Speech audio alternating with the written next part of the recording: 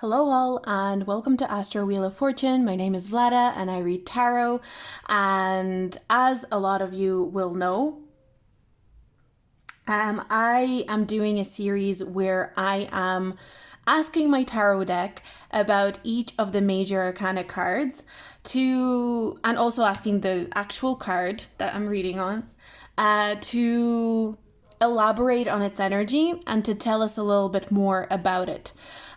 Maybe something that we're missing or something that we're not interpreting well enough as a collective in terms of reading tarot, or maybe just something specific that the tarot cards want to express to us with the help of the rest of the tarot deck. So I did a reading on the Fool. If you want to check that out, I will probably have these in a playlist. So I will have, I'm actually recording this on the same day that I've done the Fool card reading as well. So I haven't uploaded the other one yet, but I will have a playlist for these readings. So I'll link the playlist down below. But yeah, so you may also be aware that I did a reading asking my tarot deck about how tarot functions and how it works basically, and that was a very interesting reading as well. If you want to check that out, I'll put that as part of the playlist as well. But today we're doing the Magician. This is going to be the Magician reading. We're going to get the Magician to talk to us and tell us what the energy of the Magician wants us to know about it. And yeah, let's get into it. So the Magician energy. The Magician energy.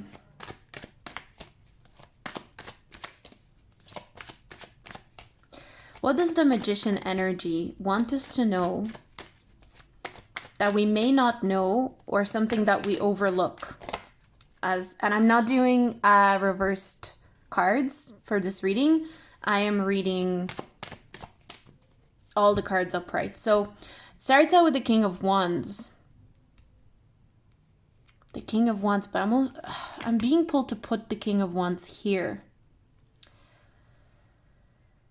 The King of Wands is very close to the energy of the Magician, but from the perspective of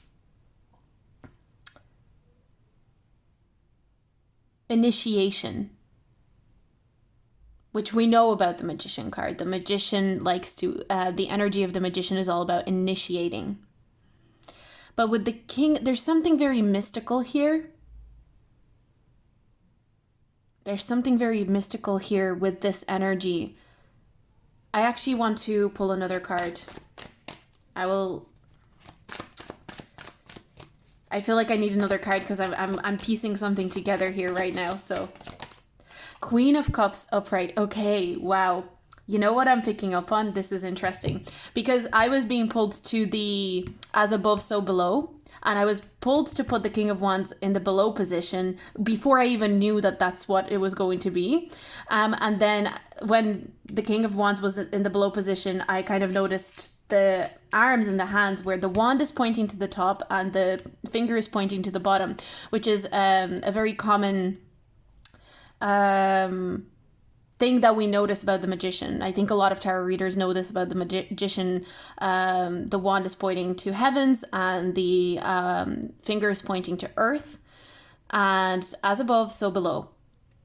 And we've got the Queen of Cups as the above, and we've got the King of Wands as the below. And I do want to use this book that I've been reading on all the I'm looking through all the major arcana cards right now, so I will be referring to this book. I have some passages highlighted, so as I go, just the same as I did with the Fool card. And there was a passage where, or a part where it talks about the Magician being in a garden full of red roses and white lilies. And I thought this was interesting. The Magician stands in a garden of rose and lilies. Tarot historian Robert O'Neill points out that this symbol is derived from the Song of Songs. I am the rose of Sharon, the lily of the valleys. The red and white flowers, however, are also the alchemical opposites. Red being equated to masculine and the fixed polarity, and the white and white to the feminine and volatile polarity. The objects of the magician's table are 4 magical tools, and that's the pentacles, cups, swords, and wands. We'll get to that in a bit, but I feel like that's being highlighted to me. The as above, so below. The red roses I'm associating with the King of Wands, and the white lilies I'm associating with the Queen of Cups. And what's interesting here is I'm noticing the Queen of Cups wears all white and the King of Wands wears all red. So it's really cool that these cards came out in the way that they did and how this is all piecing together. So the first thing that the magician wants to show us here in this reading right now is the magician is saying we forget about the polarity that the magician holds. The magician wants to highlight the fixed polarity and the volatile polarity, and the Queen of Cups is showing up. So I'm seeing with the King of Wands, it's initiation. So the King of Wands initiates, creates movement, creates action, and the Queen of Cups is the energy of emotional receptivity. A Queen of Cups is very receptive. She is very intuitive. She is great at channeling. So I'm really picking up on that being very important to the Magician card, and something that the Magician feels we overlook. The Magician is capable of doing both effectively. The Magician is a master of knowing when to channel and to connect with the above, like whatever you want to call it, the heavens, but also knows when to ground himself in the physical reality. And that's something that I'm picking up on, and you will know if you watch the Fool card video. We do talk about chaos a lot in the Fool card reading, and the Fool talked about how chaos is just playfulness. It's but it can also be sinister. But the Fool doesn't care where the chaos leads him. The Fool just creates chaos for the sake of creating chaos because it's fun to the Fool to do that, because it makes the Fool feel alive to do that. The Magician energy is a progression of that, the way that I'm seeing it. The Magician energy is the energy that has learned the consequences of chaos, but also the benefits of chaos. And the way that I'm picking up on this energy is like the Fool energy doesn't care because it hasn't learned yet. The Magician energy is very much like, I care because I've learned and I've seen the consequences. And now I know that chaos is very valuable, and I still value chaos in a very big way. But I also want to know how to work with chaos rather than just be lost in it. There's that kind of feeling that I'm like, the Magician almost wants to learn how to manipulate chaos while still having respect for it. And so it's not like manipulate chaos, but more so like learn how to... It's like you can't predict chaos, but you can get pretty close. Like that's the feeling that I'm getting with the Magician. And so the Magician's energy, while there's something about chaos here as well, it's more about mastering yourself. Oh, okay. It's about mastering yourself enough that no matter what kind of chaos you're thrown into, you'll be able to navigate that chaos with expertise. That's what the Magician energy is about. It's about and then of course the Magician has mastered all elements. It's mastered the cups, the emotions, the water. It's mastered the pentacles, the earth, the physical aspect of life. It's mastered its thoughts through the sword energy, air, and wand energy. It's mastered its will. It's mastered its mysticism through wands, through fire. Wow. So the Magician wants us to know that when we read the Magician as a card, that we recognize if the Magician comes out in a spread, it's showing us that it's highlighting either something that needs to be mastered in order to withstand chaos, or that you've successfully mastered something and you're able to withstand chaos. There's something about being very capable no matter what is thrown at you with the Magician card. It's like, I'm very capable. I'm masterful in who I am as a person and who I am as a unit, or whatever it is, wow. And the mastering is closely linked to the Queen of Cups and the King of Wands in this instance that I'm reading this now. Obviously, it's going to be linked to all suits because we have all suits represented in the Magician. But the Magician wants to highlight to us the Queen of Cups and the King of Wands, as above, so below. If you are receptive to intuitive downloads, if you're receptive to energetic downloads, if you're receptive to emotional healing, feeling your emotions, if you're receptive and if you surrender to your emotions and you master surrendering to your emotions and knowing when to surrender to your emotions in a balanced way, the way the Queen of Cups can, because the Queen of Cups is a master at her emotions. She may not be a master at what the Queen of Pentacles is a master of or what the King of Wands is a master of, but she is a damn great master at her emotions. She has mastered her emotions in a really beautiful way, where she knows when to surrender to them, when to, maybe not show them to someone. She knows when it's appropriate and not appropriate to reveal her emotions to someone. She has mastered her intuitive abilities. She has mastered, secrecy around emotions and intuitive abilities. She knows she could teach it. She could do it in her sleep. Like, that's the energy. The Magician wants us to recognize that it's important.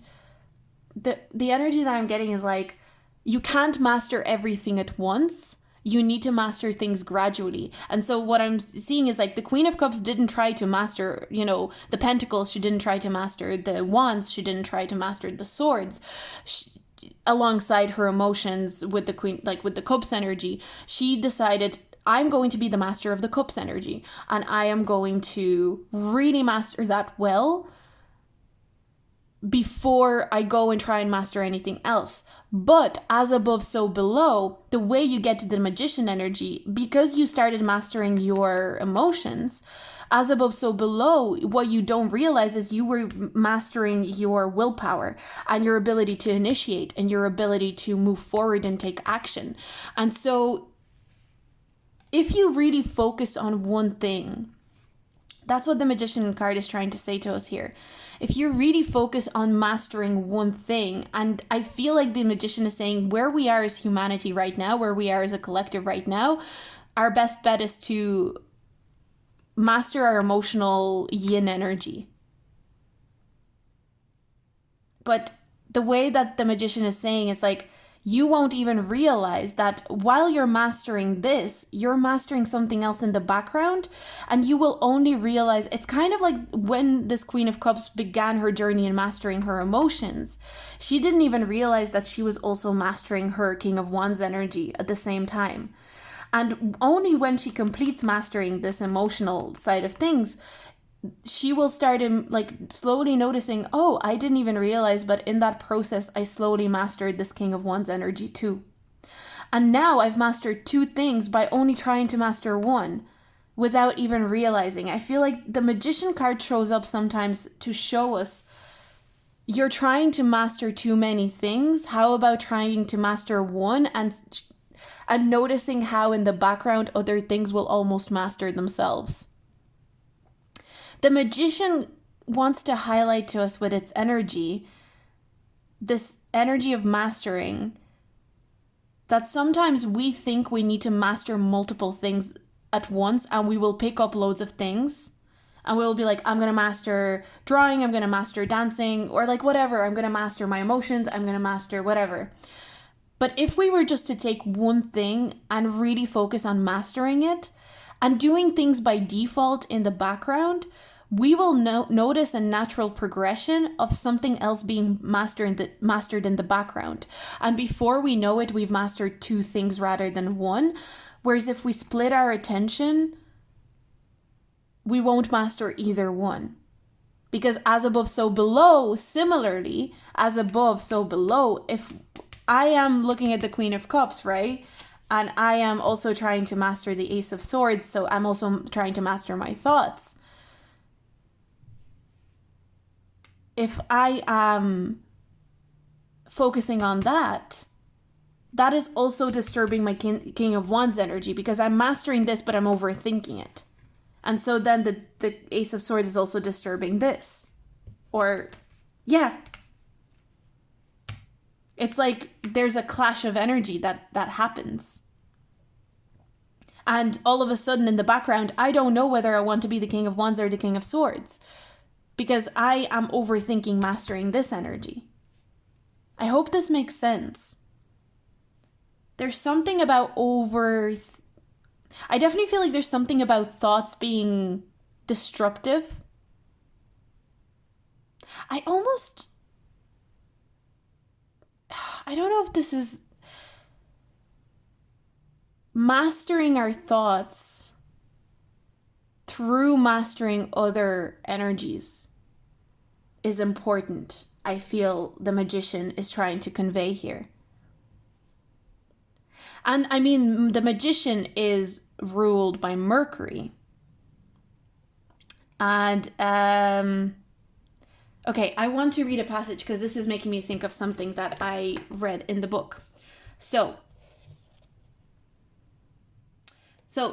this is a passage from kind of like the more ancient tarot. So our magician is associated with the moon and another with Saturn. It is clear in ancient religion, however, that the trickster was under the protection of Mercury, called Hermes in Greek, the god of gamblers, travelers, storytellers, dice merchants, alchemists, magicians, liars, and thieves. So there's something about the moon was, the more ancient ruler of the magician card, but we associated with Mercury, and Mercury is Hermes, the Greek god of gamblers, travelers, storytellers, dice merchants, alchemists, magicians, liars, and thieves. There's something about when you are trying to master something in your life, when you're trying to become something, when you want to become because there's something about the magician becoming the original, becoming the one and only. There's no one else like you. There's no one else like me. But in order to become your true, authentic, original self and really, truly become like an icon in a way, on a whatever scale, because everyone has the potential to become an icon. That's something that I'm getting. But in order to become an icon, you need to master yourself. In order to master yourself, you need to focus on the fact there's something about the magician energy. Before you look for a mentor, before you look for a master to show you how to be a master of something, make sure you master yourself enough not to fall for tricksters, crooks, and people who deceive you and tell you that they're masters and mentors. And so there's something with the sword energy that there's a need to control or master your thought process through mastering a craft or through mastering something that you deem important in your life. But it's like something about the magician energy here is like, before you look for a mentor, before you look for a master yourself first. And that's important, and it's not easy, and it's, there can be distractions on the way, and there may even be moments where you think you've mastered yourself and you try to find a mentor or a master and they will trick you. So there's something with the magician energy that encourages you to master yourself, encourages us to master ourselves as individuals, before we seek out people who can help us master ourselves, who can help us further in our mastery, who can mentor us. But the magician also says, I cannot guarantee that you won't be tricked, because you can fall under the illusion of mastery very easily if your thoughts are not in control, if you're not the master of your thoughts. And so the thing here that I'm picking up on is, before you try to become a master of a craft, or you try to become a master in a field, in a career, you will need to master your thoughts, your emotions, your physicality, and your willpower first, before you master a job or a career or an aspiration or a goal. Because if you don't master your emotions, your thoughts, your physicality, and your will, or like your willpower, someone else will take advantage of the fact you haven't mastered those. That's the interpretation I'm getting that the magician wants us to zone in on when we're reading. Have you mastered yourself enough to look for a mentor? Like that's almost the concept that the magician is trying to show me here. It's like, because I suppose the Mercury energy, right? It's a messenger, communication, but it's also like Mercury energy is not just about like communication and information. It's about how we absorb, how we process, and how we output information. And there's something with the magician that's really important to note around this. You need to learn how to absorb information through a non-distorted filter, how to process information in a non-distorted way, and how to output information in a non-distorted way. And in order to not have those distortions, you need to be a master of your emotions, of your thoughts, of your will, and your physicality. And how do you do that? You need to figure that out. There's a very strong self-thought energy with the magician that I feel like I never gave notice to before. At the very core, we're all self-taught, and we should be self-taught. That's what the magician wants to say. No matter who your parents are, no matter who your teachers are, you always have the capacity to teach yourself. But in order to teach yourself, you need to be confident and willful and like stable enough in yourself to believe, I deserve to teach myself this, and I am capable of teaching this to myself. Wow, this is very interesting. Yet it doesn't diminish the need for mentors. It doesn't I feel like the magician doesn't diminish the need for teachers or mentors, but the magician highlights that you can always be self-taught in something. You can always teach yourself something. The only resource you need is you, your emotions, your thoughts, your physical environment, and your willpower. That's the only resources you need, even if it's hard, even if it's difficult. Wow. Okay. The magician is saying the only resources you really need is the physical reality around you, your own emotions, your own thoughts, and your own willpower. And the only thing you need to remember is as above, so below. The only thing you need to remember is whatever you are mastering is also mastering you. Oh, whatever you're mastering is also mastering you. Whatever you're teaching yourself is teaching you. And so the reason that you can be self-taught is because you can find a mentor in anything. Because once you start teaching, that's how you find an authentic mentor.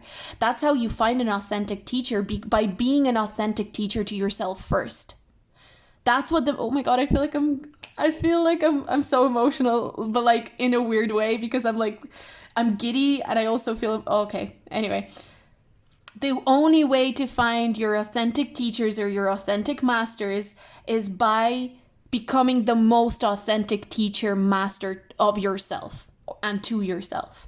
Because if you don't master yourself authentically, if you don't teach yourself things authentically, things that you're actually interested in, if you don't follow the authentic the authentic curiosity, because Mercury is also the energy of curiosity, right? So the magician is a very curious energy. And so what the magician energy is trying to show us is, if you don't follow your natural path of curiosity, the natural things that you want to learn about, the natural way that you want to learn about these things, and there will be blocks in your way, school systems, the way your parents think, there will be blocks. The magician is saying the chaos that we were talking about in the Fool energy is still very much present, but you will need to find a way anyway, because the only way to find authentic mentors, authentic teachers, authentic information is by staying true to the curiosity that brought you to learn something in the first place. Wow. Wow, this is... Please. I'm not reading reversals. The magician energy wants to express very gently, but very firmly, that the things that naturally make you curious, even if they seem dumb to the outside world, even if they don't align with your ancestral patterns, even if it seemingly doesn't make sense, like, because I'm just getting very strong energy of as above, so below, right? These natural curiosities that you have, even if your family or people are like who made you are telling you that these curiosities are silly, they can't be saying that, because your curiosities are there because of natural evolution of your lineage. And it's like, it's like, again, I'm being brought to like parenting metaphors, like I was in the Fool card.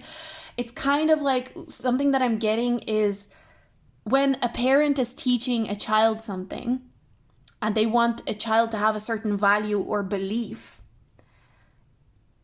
it's not just about what they're teaching, it's about how they're teaching it. Because what they're teaching, how they're teaching it, and why they're teaching it. Because the child is going to absorb that information not just by what they're being told, but how and why they're being told it as well. And they absorb the Mercury energy, they will absorb that information, they will process that information, and they will output that information. But the way they absorb it, like if you're telling them to believe something, but you're telling them to believe it in a forceful way, let's say, and you're telling them they have to believe it because I said so. There's a skewed energy then there, because you are giving them information, but they're also absorbing it through the how and the why. And so the way they will process it is going to be different from what your intention is for them to like process it and output it is. I hope this is making sense. And the way they output it into the world is going to be vastly different. And so that's why the magician is also the energy of manipulation.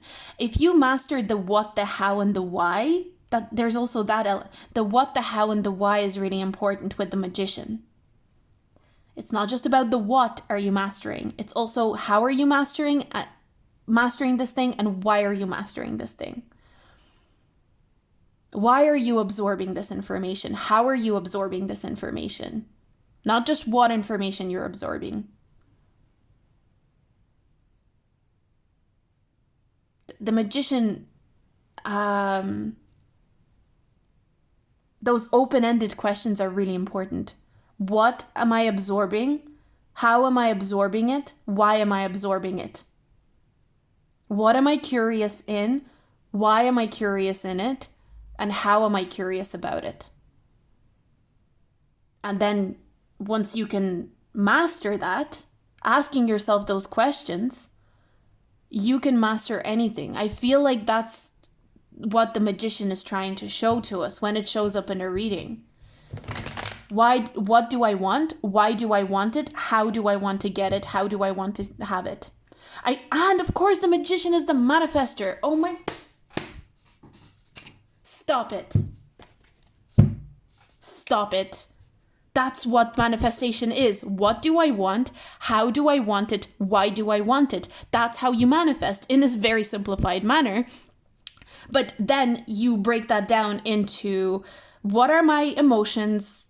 How are my emotions? What awareness of my emotions do I have? What are my thoughts like? What are my thinking patterns. How do my thoughts affect me right now? Am I in control? Am I the master of my thinking patterns? Practical surroundings. What are my practical surroundings? How am I practically like, what are my resources? What's immediately available to me on a practical in a practical sense in order to go towards this thing I'm curious about? And the wand energy is like willpower. Do I have enough willpower to go for this? Do I have enough courage to go for this?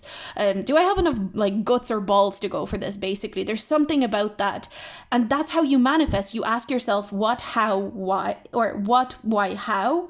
Then you ask yourself about your emotions, thoughts, practical resources, and your willpower. And then you act based on that. And that's how you manifest. But you can't manifest without one of those like really important elements. And what I'm getting is the magician wants us, especially in this age where we're all talking about manifesting and we're all like, I'm manifesting this for myself. The magician wants us to recognize that the most important part of manifesting is curiosity. If you're not curious about something, you're not going to manifest it. You will only manifest it if you're curious about it. And the moment you stop being curious in it, that means you've manifested as much of it as you needed to manifest, and it's time to manifest something different. Whoa, oh my God. Literally. Oh my God. I'm just having a great time doing these. I'm just having a good time. That's how you have a good time. I feel like, because like, I feel like the energy is very like, that's how you have a good time. The magician is like, don't you get it? That's how you have a good time. That's how you enjoy yourself. Whether what you're doing is good or bad as well. That's the whole point of like the magician being represented by like trickster energy. This like deceiver energy. What's the point of deceiving if you're not having a good time? The magician is not against lying. That's something that I'm picking up here. The magician is not against lying. The magician is not against... And so the magician is saying like liars and deceivers and cheaters, they can manifest as well. You don't need to have... Oh, this is controversial. This is going to be controversial for the spiritual community. I don't know. Maybe it won't be. No, nobody cares. Or do they? We do care, but we care with peace and love. But... The magician wants to say that people who lie and cheat can manifest too, as long as they're having a good time doing it. It's like if you're having a good time and you're curious and you're enjoying the manifestation process, you're going to manifest it, even if your intentions are not the best. And that's what I'm channeling. Don't shoot the messenger. But like that is I feel like that's an important thing that the magician wants to convey. It's all about, and I mean that's powerful knowledge, I think, maybe. But of course, like ideally we would have good intentions. But the magician, again, as above, so below though. As above, so below. As above, so below though. If your intentions are not good, but you're enjoying, even with your bad intentions or negative intentions, you're enjoying getting the manifestation, you're going to get the manifestation. But the manifestation is also going to get you. Ooh. So yeah, you're going to get what you want.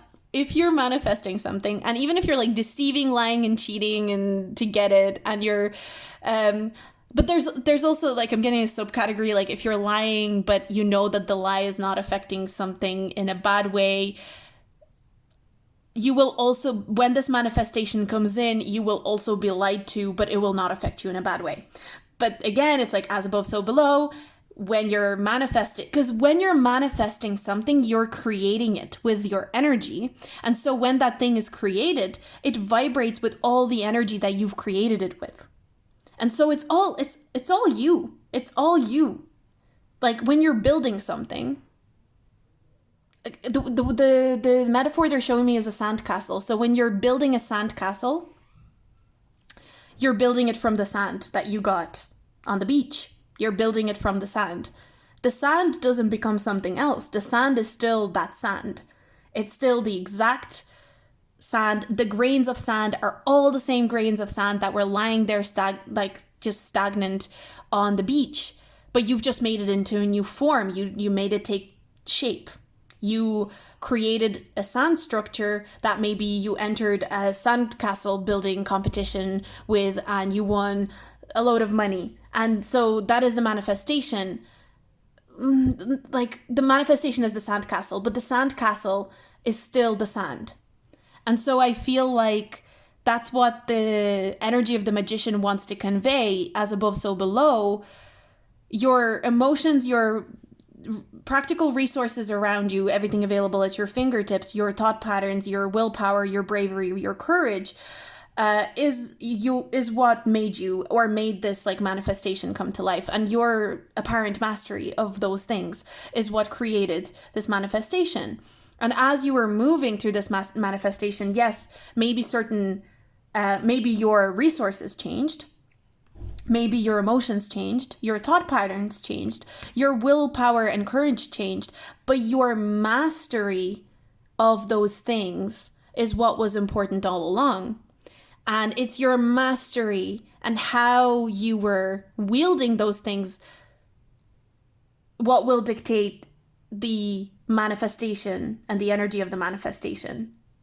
I hope this is making sense. And so if you get your manifestation through lying, cheating, hurting people, that manifestation will vibrate at that energy, and that energy will consume you.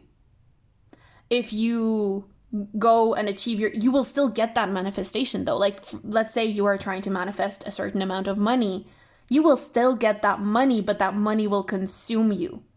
And it will have an effect on you. And maybe people won't even know, the outside may not even know the negative effect it's having on you, but it's having that effect on you, and you're going to be aware of it. And again, it depends, because it's like, because another thing that they're saying is like, if someone was cheating, scamming, and hurting people secretly in some sort of level of secrecy in order to get a manifestation, then they will be cheated, scammed, and hurt in secrecy as well, because that element of secrecy was very present. And so, again, like when we look at people who,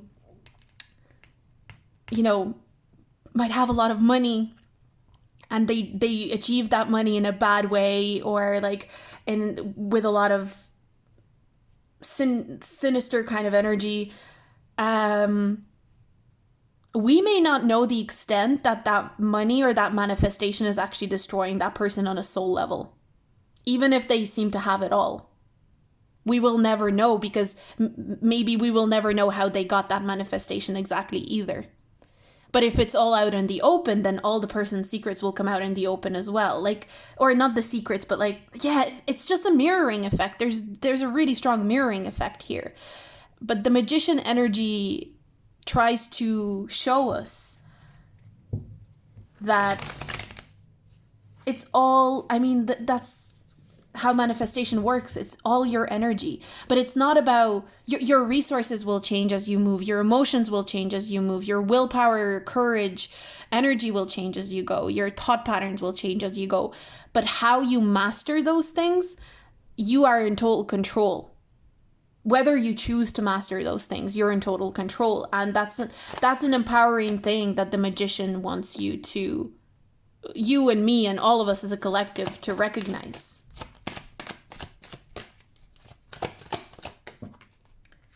Two of Swords. As above, so below.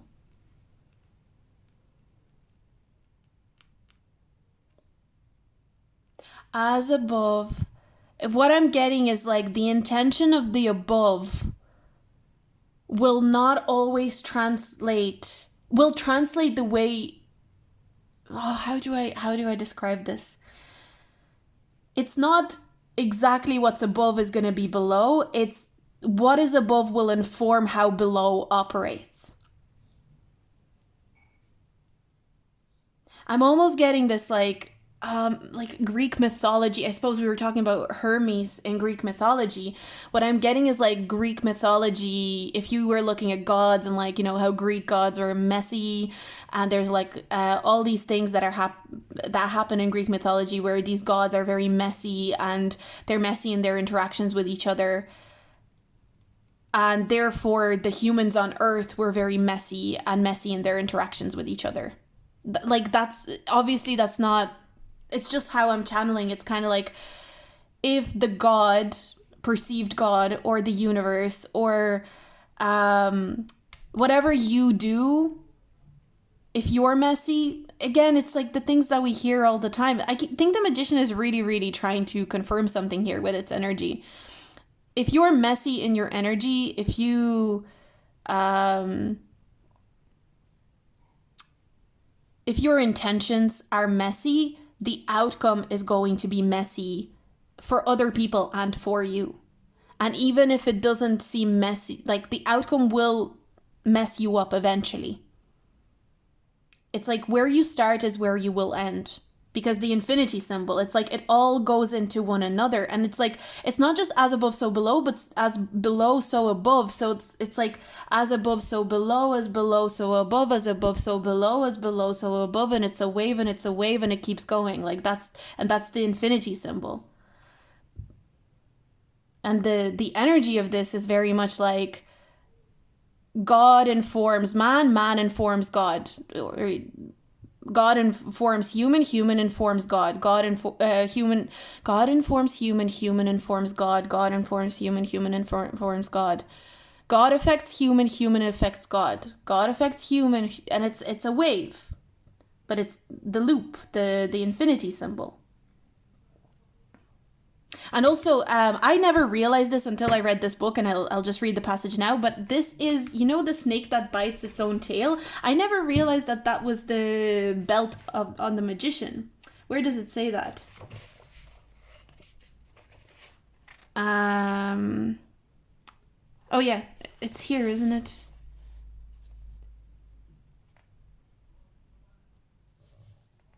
Oh, where is it?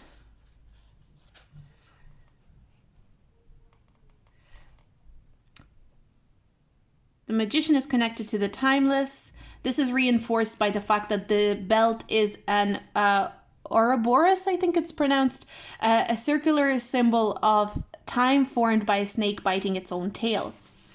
And something that I'm thinking of as well, that I read in this passage, and this will confirm as well, the image in the Visconti's Forza deck, our earliest example shows a man in a broad-brimmed hat sitting at a table with a cake, a glass, some small baked goods, and a culinary knife.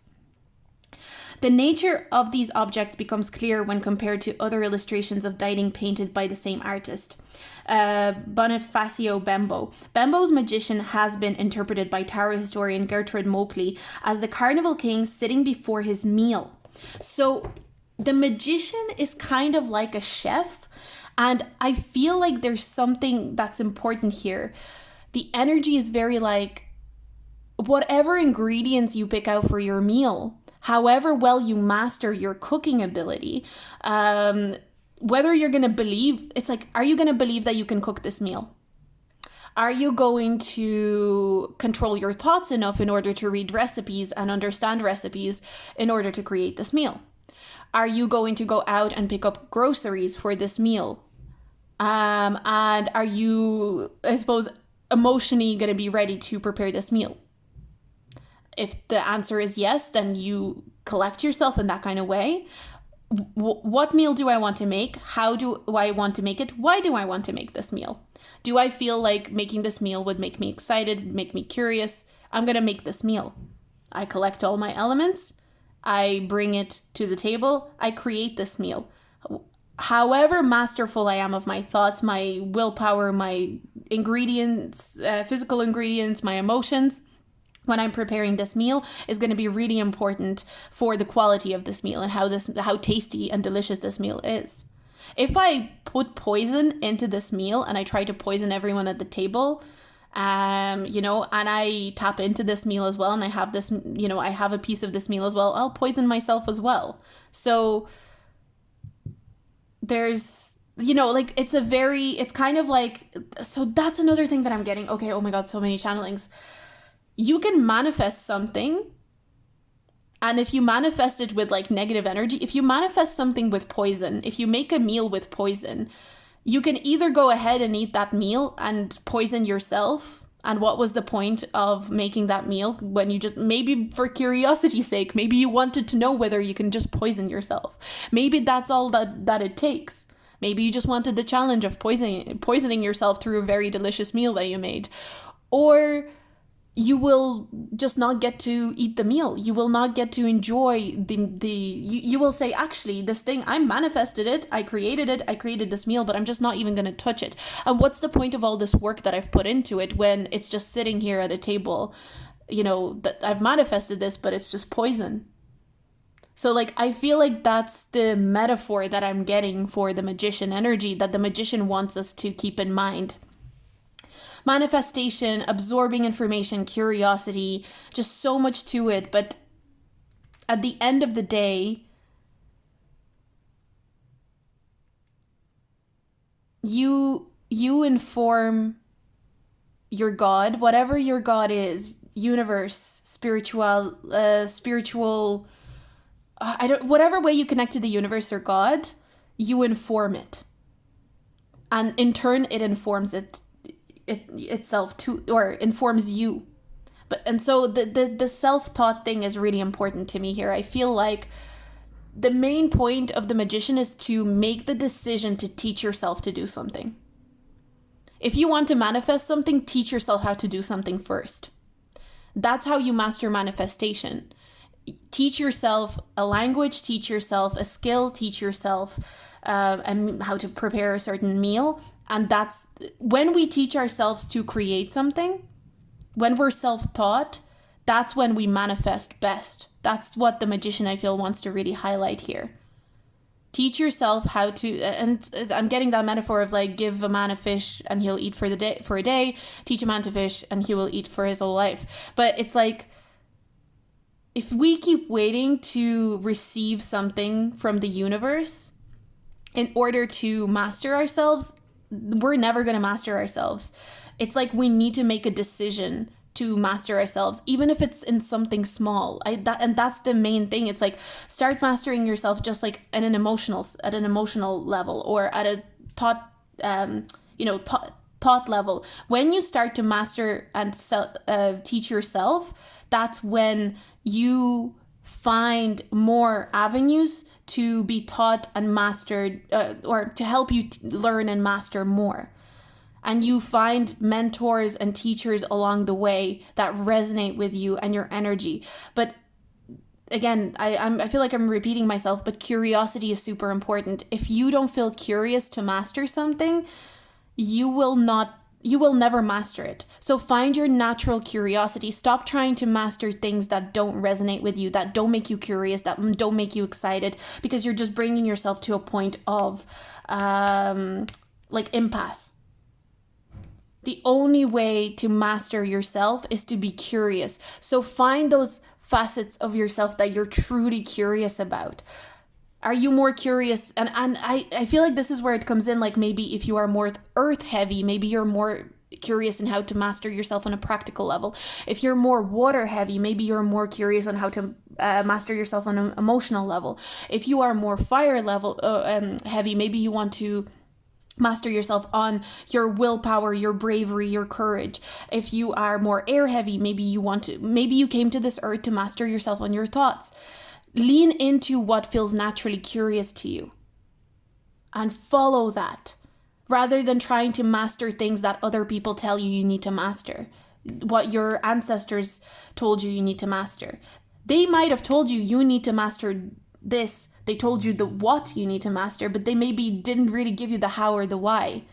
And so when you process that, where do you naturally get pulled to?